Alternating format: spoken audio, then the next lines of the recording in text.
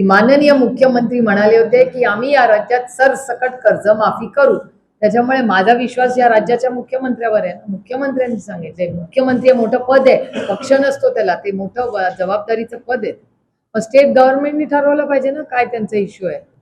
नाही, कुठलाही प्रोजेक्ट करताना स्टेक होल्डर्सला घेतलाच पाहिजे ना इन कॉन्फिडन्स. स्टेक होल्डरला कॉन्फिडन्स घ्या आणि मार्ग काढा त्याच्यातून, तुम्हाला एखादी गोष्ट करायची असेल तर. कुठलाही सरकार, आमचं असू दे किंवा त्यांचं असू दे, क्या फरक पडतंय. आमचा विकासाला आम्ही कधी विकासाला विरोध केला आहे? या सगळ्या ज्या मोठ्या पॉलिसी रिफॉर्म्स 1991 झाले ते आमच्याच काळात झाले ना. या देशाचा टर्निंग पॉइंट कुठला होता? नरसिंहरावजी आणि मनमोहन सिंग साहेबांच्या सरकारमध्ये. तेव्हा आमचंच सरकार होतं ना. तेव्हाच तर सगळे मोठे बदल झाले.